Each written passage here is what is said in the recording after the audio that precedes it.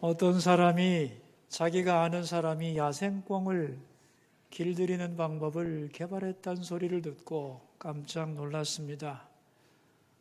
꿩이란 사람이 다가가면 깜짝 놀라 날아오르는 것이 습성인데 어떻게 길을 들인다는 말인가? 보이지는 않아도 높이 그물을 쳐놓았겠지 하고 상상을 하다가 사육장을 한번 방문해도 되겠습니까? 했더니만 와도 된다고 했답니다. 그래서 꿩 사육장을 가게 됐는데 놀라운 것은 그냥 평지에 꿩들을 풀어놓고 먹이를 주고 먹이고 있더랍니다. 그리고 담도 높지 않고 그물도 씌우지 않았는데 자세히 보니 날아가지를 않는 거예요. 발을 봐도 묶어놓은 것도 없는데 그래서 이상해가지고 어떻게 이럴 수가 있나 생각하고 물었더니만 잘 보세요. 모자가 보일 겁니다. 그러더랍니다. 그래서 꿩 한 마리 한 마리를 잘 보니까 꿩마다 다 모자를 썼는데 이게 웬 모자냐고 했더니만 하는 말, 꿩들은 눈에 보이는 만큼만 반응합니다. 하늘이 보이지 않으면 날 생각을 하지 않습니다. 그래서 모자를 씌운 겁니다. 모자에 맞게 아주 작은 선캡을 씌워서 하늘을 보지 못하게 하면 끝나는 겁니다. 망을 씌울 필요도 없고 다리를 묶을 필요도 없습니다. 절대로 날아갈 생각을 하지 않으니까요. 이 말을 듣고 이 사람은 쇼크를 받았습니다. 근데 갑자기 눈에 눈물이 핑 돌았습니다. 하늘을 볼 수 없는 그 꿩이 마치 자기 모습과 같다는 생각이 들었기 때문입니다. 내가 꿩을 닮았구나. 하늘을 향해 날아오를 날개를 하나님이 주셨건만, 그리고 저 하늘에는 하나님의 영광이 가득하건만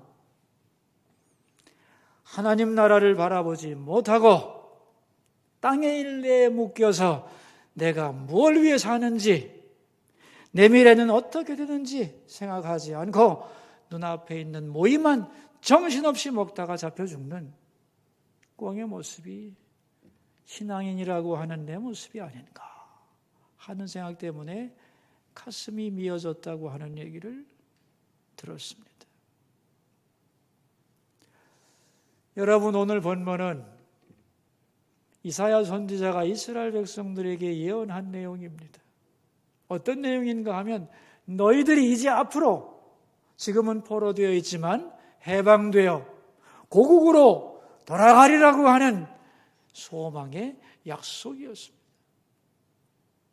자, 이런 약속을 듣고 예언을 들었다면 어떻게 반응해야 되죠? 와, 기쁘다고 환호성을 질러야 되는데 이스라엘의 백성들의 반응은 전혀 그것이 아니었습니다. 그들의 반응이 어땠는가? 27절에 나오는데 같이 한번 읽어보겠습니다. 야곱아 어찌하여 내가 말하며 이스라엘아 내가 이르기를 내 길은 여호와께 숨겨졌으며 내 송사는 내 하나님께서 벗어난다 하느냐 그랬어요. 내 길은 어떻게 됐대요? 여호와께 숨겨졌으며 내가 살아가는 내 인생길이 하나님 앞에 숨겨졌다는 것. 다시 말하면 하나님은 내 삶의 현실을 전혀 모르신다 그런 얘기죠. 또한 내 송사는 내 하나님에게서 벗어난다. 이 말이 뭘까요? 내가 아무리 호소하고 탄원하고 통곡을 해도 하나님은 들은 척도 안 하신다는 거죠. 그러니까 하나님도 내 고통을 몰라주시고 내 눈물과 기도에 응답하지 않는 하나님이라는 거죠.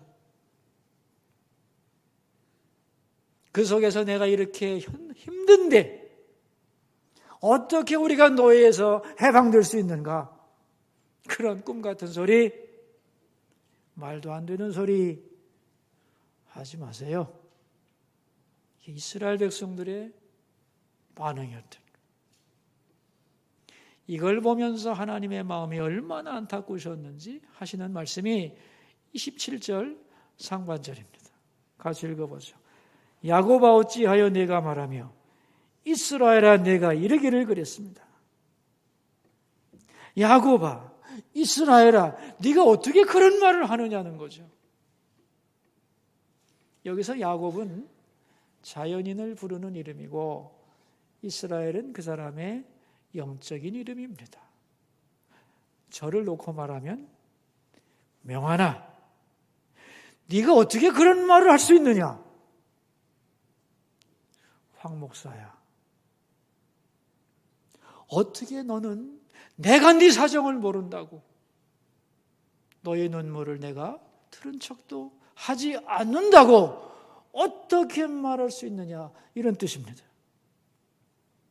그러면서 이제 하나님은 답답해서 하나님 자신이 누군가를 이스라엘 백성들에게 설명을 시작합니다. 28절인데 같이 읽읍시다. 너는 알지 못하였느냐, 듣지 못하였느냐, 영원하신 하나님 여호와 땅끝까지 창조하신 이는 피곤하지 않으시며 곤비하지 않으시며 명철이 한이 없으시며 너는 알지 못하느냐, 듣지 못했냐, 너희 부모로부터 조상들로부터 들은 바가 없느냐, 그런 얘기죠. 뭘 들었느냐는 거죠. 영원하신 하나님, 창조주에 대해서 듣지 못했냐는 거죠. 여러분, 이스라엘 백성들이 어떻게 살아왔나요? 그들이 늘 반복하는 이야기가 있죠. 우리는 애굽의 노예였습니다. 하나님께서 편팔과 강한 손으로 우리를 거기서 건져내셨습니다. 그리고 광야 40년을 하나님은 우리와 동행해 주셨습니다. 그리고 우리의 힘으로는 절대로 들어갈 수 없는 가나안을 정복하게 하시고 거기 들어가서 찬란한 이스라엘 국가를 형성하고 번성했다는 것, 수없이 들었던 얘기죠. 그런데 그걸 잊었단 말이냐? 그러면서 말씀합니다. 28절에 영원하신 하나님 여호와 그랬어요. 하나님은 영원하시다. 무슨 말을 하려고 하는 걸까요? 하나님은 과거에만 그런 분이 아니라는 거죠. 오늘도 너희들을 돌보고 사랑하는 분이고 앞으로도 그러실 분이라는 거예요. 또한 땅끝까지 창조하신 자는 그랬습니다. 여러분, 창조란 없는 것에서 있는 것을 만드신 거죠. 대단한 거죠. 근데 더 중요한 건 땅끝까지 창조했다는 말이 뭘까요? 너희들이 옛날에 있던 예루살렘만 하나님이 창조하신 게 아니야. 거기만 하나님이 계신 게 아니야. 지금 너희들이 포로로 잡혀와 있는 땅끝 가장 비참한 현장인 바벨론도 하나님이 창조하셨고 바벨론에도 하나님이 함께 계신다는 말씀입니다. 또한 뭐라고 했느냐? 피곤치 아니하시고 곤비치 아니하시고 명철이 한없는 것이 하나님이라고 그랬어요. 이 말이 뭐냐면 나는 너희들을 피곤해서 못 도와주지 않는다는 거예요. 또한 곤비하다는 말은 있는 힘을 다 써서 힘이 남아있지 않다는 뜻이에요. 하나님은 곤비하지 않죠. 힘이 많으신 분이죠. 또한 명철이 한이 없다는 겁니다. 이걸 요약하면 무슨 말이냐? 하나님은 전지전능하다는 거죠. 그래서 피곤한 자에게 능력을 주고 무능한 자에게는 힘을 더할 수 있다. 다시 말하면 누구라도 내가 도울 수 있고 어떤 환경에 있다 할지라도 나는 전능한 방법으로 너희들을 도울 수 있는 하나님이다. 근데 어떻게 너희들은 그렇게 낙심하고 자기 연민에 빠져 있는 것이냐고 하나님이 되물으시는 거죠. 그러면서 하신 말씀이 30절인데 같이 한번 읽읍시다. 소년이라도 피곤하며 곤비하며 장정이라도 넘어지며 쓰러지되 그랬어요. 여러분, 소년이 피곤하단 말, 이게 무슨 말이냐면은 소년은 말이죠, 일생 중에서 피곤을 제일 모르는 나이입니다. 또한 장정이란 기력이 가장 왕성해요. 하서 절대로 넘어지거나 쓰러지지 않는 나이예요. 그러나 피곤을 모르는 소년도 피곤할 수 있고 넘어지지 않는 장정도 넘어질 수 있다는 거예요. 사람은 한계가 있다는 거예요. 그러나 31절입니다. 오직 여호와를 앙망하는 자는 새 힘을 얻으리니 독수리가 날개 치며 올라감 같을 것이요 다른 박질하여도 곤비하지 아니하겠고 걸어가도 피곤하지 아니하리로다 그랬습니다. 다 넘어지고 지치고 쓰러질지라도 오직 여호와를 앙망하는 자는, 하나님을 바라보는 자는, 하나님께 기도하는 자는 새 힘을 얻을 것이다. 그래서 독수리가 창공을, 바람을 받으며 날아오르듯이 여호와를 앙망하는 자는 새 힘을 얻을 것이다 하고 말씀을 하고 있습니다. 오늘 본문은 이스라엘 백성들이 왜 낙심을 했는지, 그리고 어떻게 해야 거기서 회복될 수 있는지, 그래서 그들을 향한 하나님의 약속을 성취하는 자가 될 수 있는가를 말씀하고 있는 거죠. 여러분, 하나님은 좋은 소식을 주셨는데 이스라엘 백성들은 왜 낙심을 했느냐? 하나님을 안 본 거죠. 어디를 봤어요? 첫째는 세상을 보았어요. 그들이 바라보는 세상은 바벨론입니다. 바벨론은 어떤 나라인가 하면은 이스라엘을 멸망시킨 나라입니다. 그리고 그들을 포로로 끌고 와서 부려먹는 사람들이요.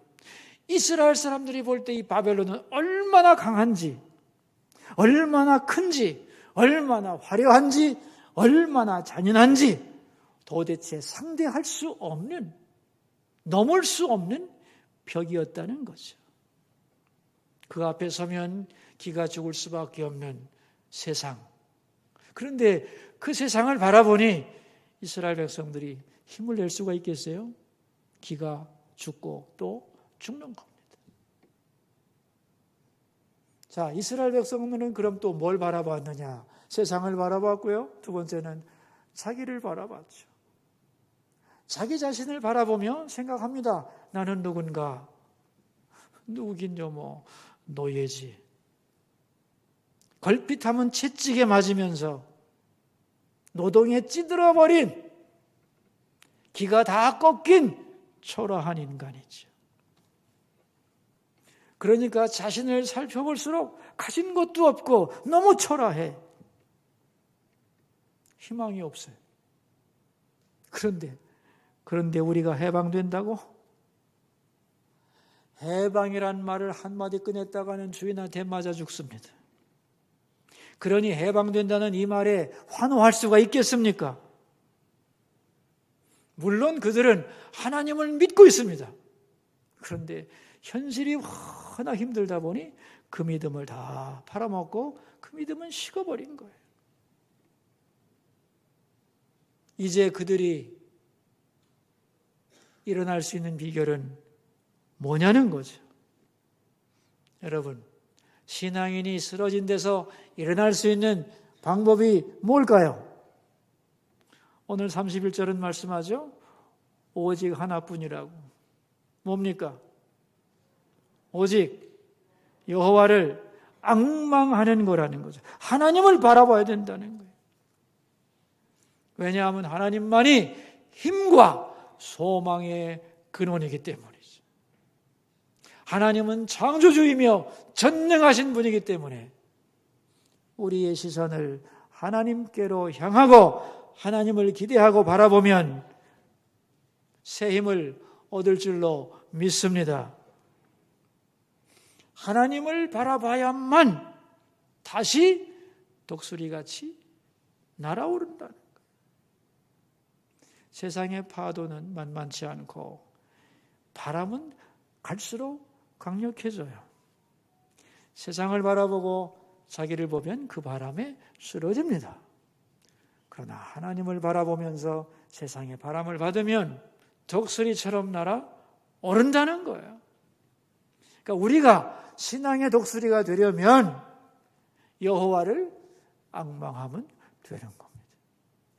여호와를 앙망하지 않으면 우리는 절대로 독수리가 될 수 없고 하늘을 날지 못하는 꿩이 되거나 닭이 되고 마는 거죠. 여러분, 이 이스라엘의 이 모습이 오늘 많은 사람들의 모습이라고 생각하지 않으시나요? 얼마나 많은 사람들이 세상을 바라보면서 좌절하고 자기 자신을 살펴보면서 낙담하는지 모릅니다. 안 믿는 사람은 할 수 없다고 해도 예수 믿는 사람도 마찬가지요. 신앙을 가지고 있는 것 같아도 대화를 나눠보면 자기 연민에 빠져 있고 세상에 짓눌려 있고 자기의 초라함 앞에서 다리를 떨고 있는 게 많은 분들의 모습이라는 거죠. 요약하자면 세상은 너무 크고 나는 너무 초라하다는 거죠. 여기서 끝나면 안 된다는 거예요. 여기서 주저앉지 않으려면 방법이 뭐라고요? 오직 여호와를 앙망해야 하는 거예요. 여러분, 그런데 앙망이라는 말이 뭘까요? 멍하니 하늘만 쳐다보는 걸까요? 아닙니다. 앙망이라는 말은 하나님이 누구신지를 알고 고백하고 간절히 바라보고 기대하고 기도하는 것을 의미합니다. 여호와를 앙망하는 사람, 우리 모두가 여호와를 앙망하는 하나님의 자녀들이 되기를 축원합니다. 여러분, 올해로 코로나 사태가 3년째가 됐습니다. 2022년도 한 해는 영적으로 정말로 기도하기 어려운 한 해가 될 것입니다. 기독교나 한다는 사람들도 모이면 지금처럼 기도하기가 힘든 적이 없었다고, 앞으로 어떻게 기도하며 나가야 될지를 모르겠다고 탄식하는 분들이 아주 많습니다. 아마 여러분들도 스스로 느낄 거예요. 내 기도 생활이 예전보다 메말라지고 있다. 영적으로 내 삶이 드라이해지고 있다고 느낄 겁니다. 맞습니다. 사실 그렇습니다. 여러분, 지금은 영적으로 보면 비상사태입니다. 지구 환경도 비상사태고요. 나라의 안보도 비상사태고 정치적으로도 비상이고요.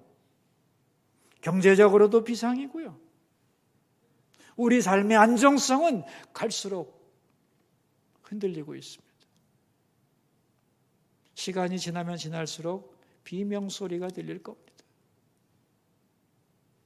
그러나 우리는 세상 사람들이 지르는 비명을 지르면 안 되죠. 우리는 전능하신 하나님께 기도의 소리를 내야 할 줄 믿습니다. 이렇게 힘들 때일수록 하나님의 백성들이 할 일이 뭐냐 하면 기도하는 거예요. 그리고 더욱 기도에 스크럼을 짜서 힘을 모아야 되는 겁니다. 왜냐하면 혼자 기도하다가는 다 지쳐버리거든요.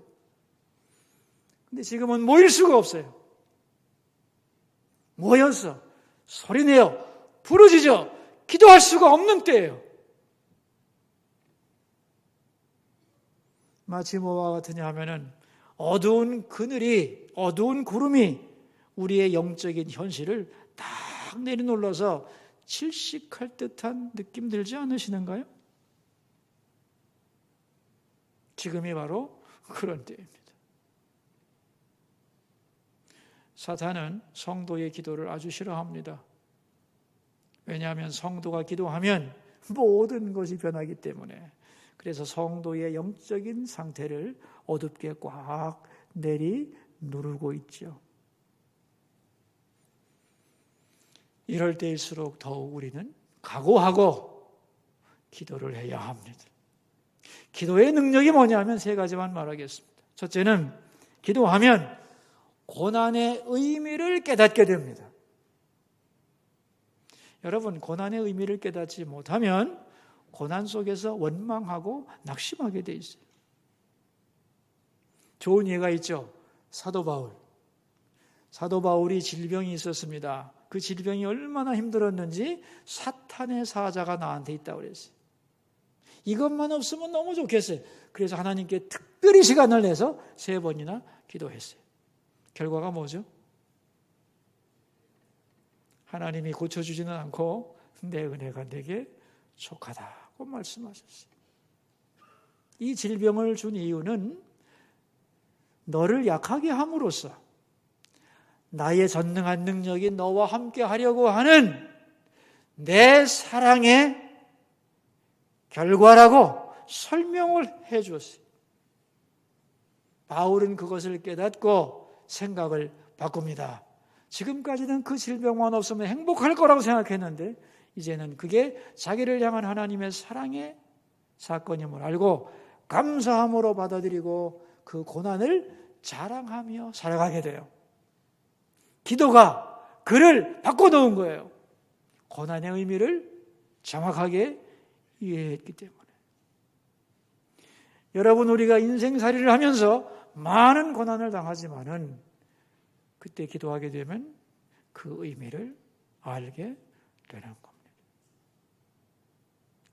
두 번째는 기도를 통하여 그 고난을 극복할, 감당할 능력을 공급받습니다. 기도하지 않으면 쓰러지지만 기도할 때 하나님은 피할 길을 내시고 그 고난을 넉넉히 감당할 새 힘을 주시는 겁니다. 마지막으로 기도할 때 사탄의 견고한 진이 깨어지게 됩니다. 그래서 사탄은 성도들이 기도하는 것을 어떻게 해서라도 막으려고 하는 거죠. 우리의 기도가 하늘로 올라가지 못하도록 어두운 구름으로 덮고 있는 겁니다. 그러므로 이럴 때는 흩어져 기도하는 게 아니에요. 함께 모여서 더 뜨겁게, 더 강력하게 기도해야 할 줄로 믿습니다. 그래서 기도의 돌파가 이루어져서 그 어두운 구름을 뚫고 우리의 기도가 하늘 보좌에 올라가도록 수고하고 몸부림쳐야 되는 줄로 믿습니다. 개인적인 기도의 돌파가 일어나야 하고 교회도 기도의 돌파가 일어나야 할 줄로 믿습니다. 저는 작년 말부터 올해 들어와서 계속 생각하는 것이 기도를 모아야 한다. 그래야 개인과 교회가 기도의 회복과 함께 새로운 신앙의 부흥으로 나아가지. 그렇지 않으면 다 무기력한 신앙인으로 뿔뿔이 흩어져서 낙심할 수밖에 없는 것이 이 시대라는 것을 강하게 느끼고 있습니다. 저는 지금까지 목회를 하면서 교회 안에서 어떤 운동, 무브먼트를 하지 않았습니다. 으쌰으쌰 하는 게 신앙생활의 본질이 아니기 때문에 하나님 앞에서 각자가 다 개별적으로 깨닫고 고백하고 응답하는 것이 신앙의 아름다운 모습이라고 생각했기 때문에 경쟁이나 운동을 하지 않았어요. 예를 들면 태신자 초청잔치 같은 거 할 때 몇 명을 목표로 해서 누가 몇 명 왔다 하고 광고하면서 상 주고 그런 적 있었나요? 없었어요. 여러분이 아실 겁니다. 다 개인 자율에 다 맡겨두었어요. 그러나 지금은 기도의 비상사태입니다. 기도의 힘을 모아야 돼요. 그래서 올해는 기도의 운동을 벌이도록 하겠습니다. 우리 성도들이 함께 힘을 모아 기도에 힘쓰면서 이 어려운 고비를 영적으로 승리할 수 있도록 이끌어가도록 하겠습니다. 언제부터 이 기도 운동을 할지, 어떤 방법으로 할지, 그 기간은 얼마나 될지는 목사님, 장로님들과 더 논의한 후에 여러분 앞에 발표를 하겠습니다. 다만 여러분이 결심을 해줘야 될 게 있습니다. 올해 2022년도는 내 인생에서 가장 기도 많이 한 하는 해가 되리라. 결심해 주기를 바랍니다. 아멘. 2022년도 그 한 해는 참 죽어라고 기도했지. 그런 해가 되도록 결심해 주세요. 두 번째는, 그러나 이렇게 한 해를 보내고 나면 나와 우리의 삶에 엄청난 변화가 있을 것이다. 그걸 기대해 주기를 바랍니다. 세 번째는, 하나님은 전능하시고 내가 어떠한 형편에 있을지라도 능히 나를 도우실 수 있다는 것을 마음속에 꼭 기억해 주기를 바랍니다. 여러분, 이제는 여러분이 있는 장소에서 기도를 시작해야 합니다. 전에는요, 기도하려면 교회 오면 돼요. 이제는 와도 안 돼요. 기도 못 해요. 모여서 기도할 수 있는 것이 제약이 되고 있어요. 그래서 이제는 어떻게 되느냐? 내 삶에서 기도를 유지하려면 내가 있는 곳을 기도의 장소로 만들어 가야 돼요. 아멘입니까? 근데 이게 쉬우냐? 쉽지 않아요. 왜냐하면 내가 살아가는 현장을 기도의 장소로 바꾸는 것은 영적으로 한 단계 점프하는 것이기 때문에 굉장히 힘듭니다. 그러나 그렇게 만들어 내야 해요. 그렇지 않으면 기도할 자리 자체를 잃어버리기 때문에, 여러분 작년에도 그런 말 했죠. 기도할 데가 없다고. 이제는 여러분이 있는 여러분의 가정과 일터, 그곳을 기도의 장소로 바꾸어 가기를 바랍니다. 처음에는 어려워도요, 하면 됩니다. 이것이 내 삶의 현장에서의 기도의 돌파라는 것을 기억하십시오. 아마 자기 집에서 기도 잘 되는 사람 별로 없을 거예요. 올해는 그렇게 만들어야 합니다. 요한 웨슬레의 어머니 수잔나 여사는 자식이 17이었어요. 17명의 아이를 기르다 보니 그 집이 얼마나 시끄럽고 부산했겠어요. 그죠? 그런데 기도를 해야 되겠는데 기도할 장소가 없는 거예요. 그래서 고민하다가 이렇게 결정하고 아이들을 부릅니다. 얘들아, 너희들이 엄마가 필요해서 달려왔을 때 엄마가 치마를 뒤집어 쓰고 있으면 그때는 하나님께 기도하는 순간이니까 절대로 방해해서는 안 된다. 부탁을 했어요. 그리고 이제 열심히 살림을 하다가 기도 시간이 딱 되면 치마를 뒤집어 쓰고 엎드렸습니다. 그러면 그 부산하던 아이들도 지금은 엄마가 하나님을 만나는데 기도하시는데 조용히, 그래서 기도를 할 수 있었다고 합니다. 여러분 가정에 17 자녀 둔 적 없죠? 그런 가정 없죠? 다 할 만한 거예요. 내 삶의 현장을 기도의 자리로 바꿔가기를 축원합니다. 마틴 루터가 종교개혁을 할 때 얼마나 힘들고 어려웠는지 낙담을 하고 있는데, 어느 날 그 부인이 하얀 상복을 입고 루터 앞에 나타났습니다. 루터가 깜짝 놀랐죠. 아니, 웬 상복이요? 누가 돌아가셨어? 그렇습니다. 누구요, 그분이? 누군데 당신이 상복을 입었어? 하나님이 돌아가셨습니다. 뭐요? 어찌 그런 말을 할 수 있어? 하나님이 돌아가시다니. 그러자 부인이 말했습니다. 하나님이 살아계시다면 당신이 왜 낙심합니까? 왜 두려워합니까? 그 말을 듣고 루터가 정신을 바짝 차렸다고 하죠. 여러분, 하나님은 살아계십니다. 그리고 앞으로 큰 일을 행하실 겁니다. 그러나 하나님의 약속과 현실의 갭은 매우 큽니다. 그래서 많은 사람들은 소망의 약속을 가지고 있고 하나님이 나를 통해 하실 일이 많다는 걸 알면서도 낙담하죠. 그러한 분들에게 오늘 하나님은 말씀하는 겁니다.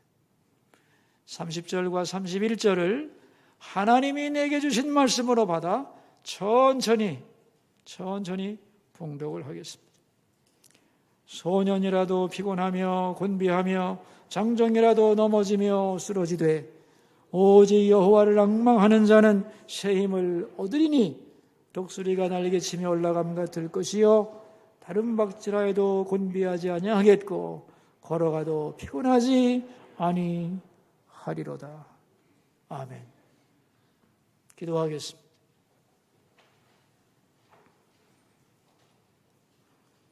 우리 여호와를 앙망하는 자가 되게 하소서. 이렇게 우리 기도하겠습니다. 여러분 자기 목소리가 자기 귀에 들리도록 소리를 내서 기도하게 하겠습니다. 하나님 아버지, 오늘 여호와를 앙망하는 자라고 하는 제목으로 말씀을 전하였나이다. 현실의 벽에 눌려서 자신의 모습에 갇혀서 하나님의 약속을 들으면서도 낙담하는 이스라엘에게 하신 말씀을 잊지 않게 하옵소서. 소년이라도 피곤하며 장정이라도 넘어지지만 여호와를 앙망하는 자는 독수리처럼 날아오른다는 것을 기억하고 하나님, 우리가 그런 인생을 살게 하여 주옵소서. 세상의 바람에 두려워하여 쓰러지지 말게 하시고 나 자신을 바라보며 낙담하지 않게 하시고 천지를 창조하신 영원하신 하나님, 전능한 주님을 바라보며 독수리처럼 날아오르는 신앙의 용사들이 되게 하옵소서.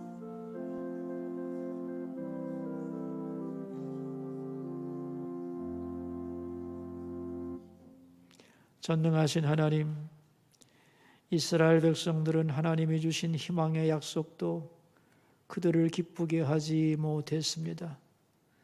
너무도 현실이 힘들어서 다 꿈처럼 들리고 나와는 상관없는 소리로 받아들였던 이스라엘 백성들을 향하여 하나님은 누군가를 설명하시며 나는 전능한 하나님, 창조주 하나님, 영원하신 하나님이며 피곤하지 아니하며 곤비하지 아니하며 명철이 한이 없는 분이라고 말씀하시고 너희들이 세상을 보고 자신을 보면 낙담하고 쓰러지겠으나 오직 나 여호와를 앙망하면 새 힘을 얻고 독수리처럼 날개치며 날아오를 수 있다고 말씀하셨습니다.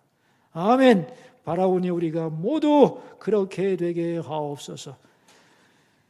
오늘 다시 이 말씀을 우리 가슴에 새기게 하시고 독수리처럼 날아오르며 여호와를 앙망하는 신앙인이 되게 도와주시옵소서. 존귀하신 예수님의 이름으로 기도하옵나이다. 아멘.